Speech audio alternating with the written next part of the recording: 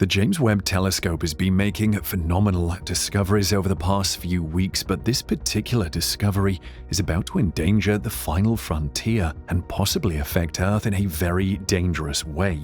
In recent research, a team of astronomers was exploring the final frontier with the James Webb Telescope, and they pointed it towards Betelgeuse, one of the most luminous stars in the night sky.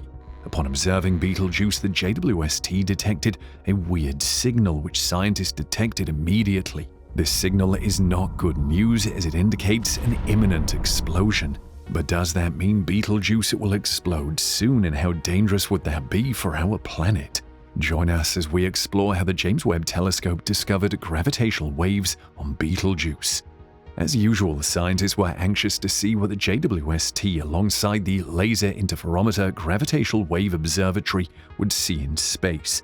Well, they turned out to be surprised when they retrieved the data. The JWST and LIGO had detected a gravitational wave coming from the constellation Orion, where Betelgeuse resides. Betelgeuse is a bright red star situated in the left shoulder of Orion. It's categorized as a semi-regular variable star, meaning it dims occasionally but not regularly. As a semi-regular variable star, it is known to be roughly 425 to 650 light-years away and is also massive. It is about 1,400 times larger than our Sun and about 14,000 times as bright. This semi-regular variable star dims once every 430 days and every 6 years. When each cycle takes place, dark spots can be seen on Betelgeuse's surface, just like the sunspots that sometimes appear on the Sun but are far bigger. One of the things that surprised scientists was that this type of dimming seen on Betelgeuse now is unusual. As a result, scientists believe this star is probably at the end of its life cycle and about to die. And this star's death won't be happening in a way where it would wither away, but will happen in an explosion known as a supernova. This is why scientists and astronomers are very bothered about detecting gravitational waves from the area. In fact, they're beginning to ponder if this explosion would happen at all, and if it will, they're possibly hoping it will take place in the coming days. When that eventually occurs, the semi-regular variable star will be visible during the day and as bright as the full moon. Still, when scientists returned to their drawing board to dig out more data, they saw signs that the luminous red supergiant star Betelgeuse would blow soon, and the gravitational waves were a sign.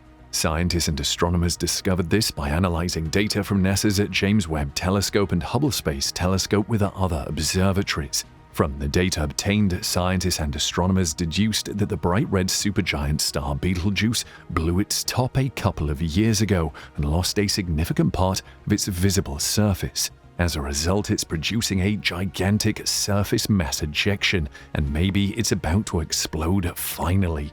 Still, this is something scientists and astronomers have never seen before in a normal star's behavior. Sometimes our Sun blows off parts of its fragile outer atmosphere, the corona. This process happens in an event called a coronal mass ejection. But in Betelgeuse's case, it blew off 400 billion times as much mass as a typical coronal mass ejection. How insane is that? With the JWST's use, scientists and astronomers have also discovered that the monster star is still slowly recovering from this disastrous disruption. Even though scientists are still observing the activity around this star, they are very confused about these phenomena.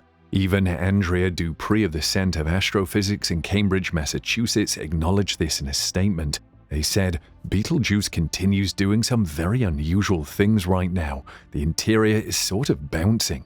Although scientists and astronomers are not totally confused about these happenings, they have also learned from this phenomenon. These new observations provided by the JWST have given clues explaining how red stars lose mass when they die. Scientists discovered they lose mass because their nuclear fusion furnaces burn out before blowing up as supernovae.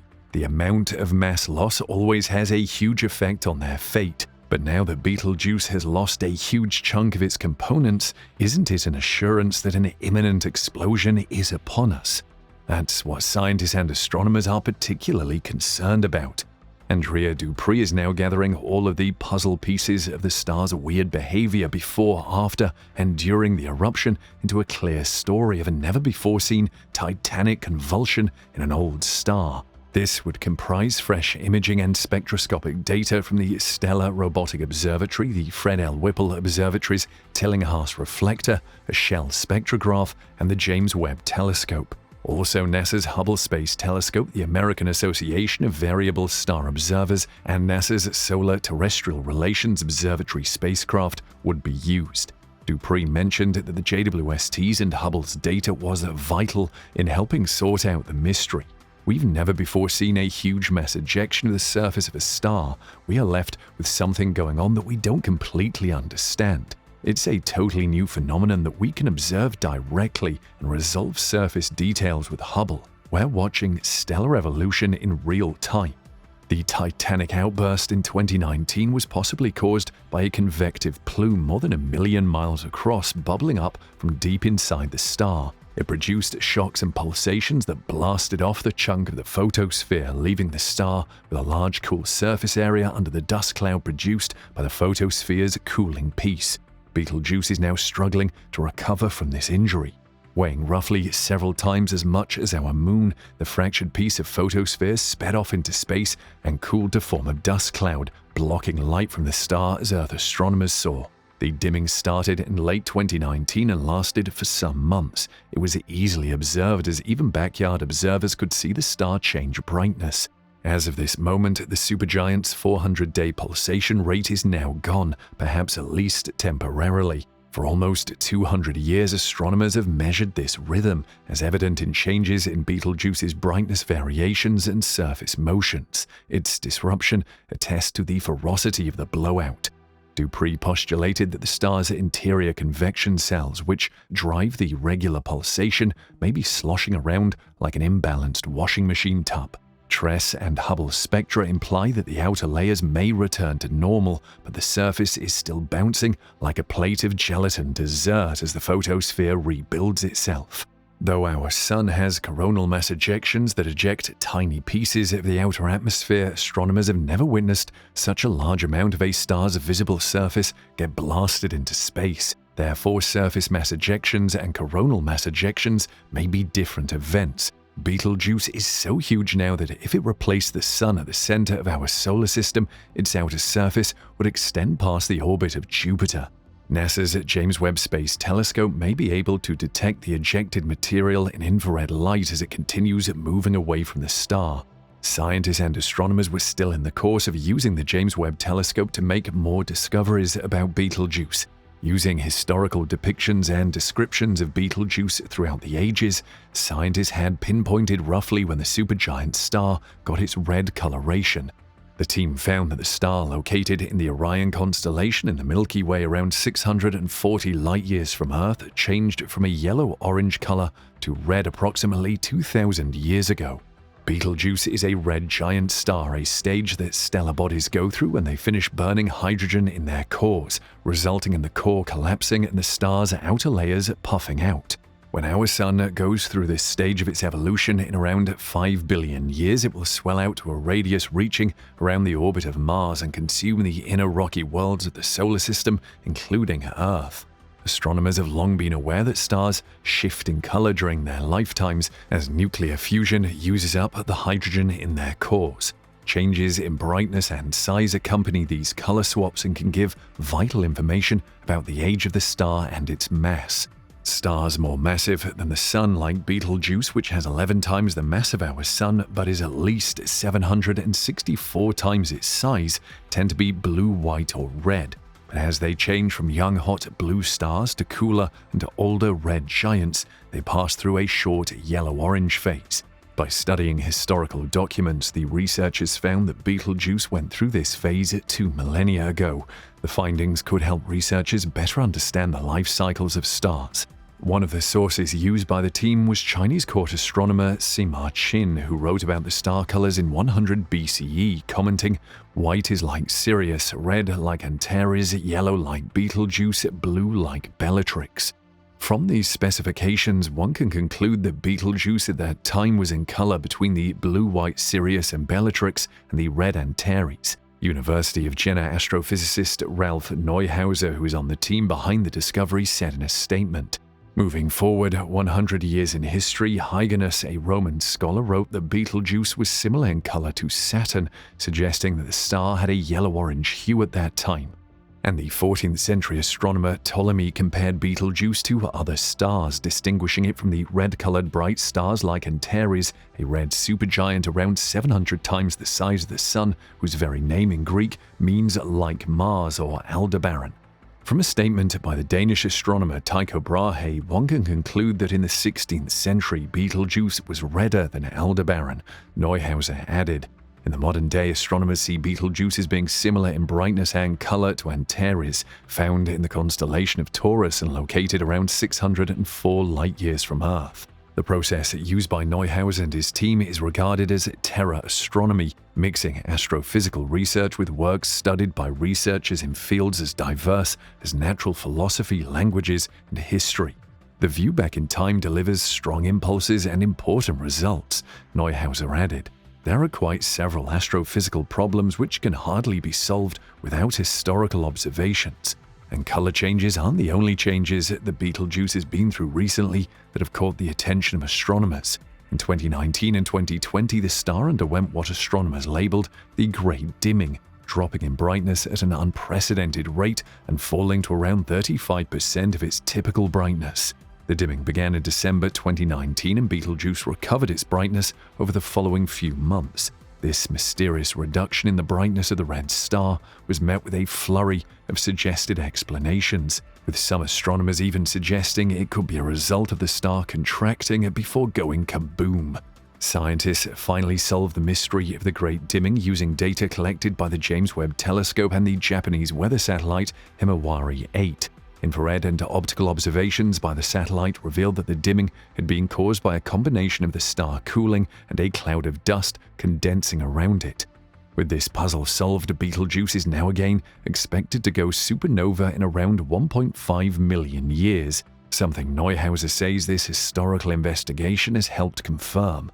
The fact that it's changed in color within 2 millennia from yellow-orange to red tells us, together with theoretical calculations, that it has 14 times the mass of our Sun, and the mass is the main parameter defining the evolution of stars. Betelgeuse is now 14 million years old, and in its late evolutionary phases, in about 1.5 million years, it will finally explode as a supernova. However, some scientists are proposing that the detection of gravitational waves is not enough confirmation that the star is about to explode. For example, according to Salvo Vitelli, a physics professor at MIT who works with LIGO, the wave detection coming from the direction of Betelgeuse is not concrete evidence that the wave is coming from Betelgeuse itself. And also, neutrinos are released from a star just before a supernova, however that hasn't happened yet. And added to that, he said, is the fact that Betelgeuse is still shining in the night sky, albeit considerably dimmer than normal. So putting all of those things together, speaking of course only on behalf of myself, I would not think that the gravitational wave candidate is in any way related to Betelgeuse, he concluded. There's also the chance that what was detected isn't even a gravitational wave. The detection doesn't have the characteristics of any known mergers, so it's a mystery as to what caused the detection. Sometimes a wave results from noise from the Earth itself, though this isn't believed to be the case in this instance. A false alarm for something like this would only occur once in 25 years. While that may seem like pretty good odds that it's not a false alarm, Vitelli notes that other sources of gravitational waves, such as neutron star black hole mergers, have false alarms more in the range of 1 in 1,000 years or 1 in a million years. 1 in 25 years is good, but it's not exceptional, said Vitelli. There is always in our business this saying that when you're examining odds, a good threshold is, would you bet your coffee on this? Would you bet on your car? Or would you have bet on your house? I think, around maybe between coffee and a meal. In the meantime, Vitelli said follow-up observations are continuing. One of the theories for the deep dimming of Betelgeuse is that its 2 cycles have occurred simultaneously, causing the deep darkening we're currently observing. The question is, how much more could the star dim?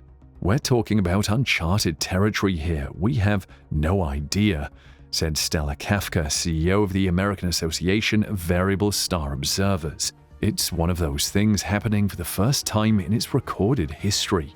Kafka said it would take a few years to determine whether the dimming is part of merging cycles. She said she is also excited that, for the first time, it's not the large telescopes and astronomical organizations that are observing. Anyone can see Betelgeuse for themselves, even in light-polluted skies. In fact, because the star is so bright, observations with smaller telescopes and naked-eye observations are needed.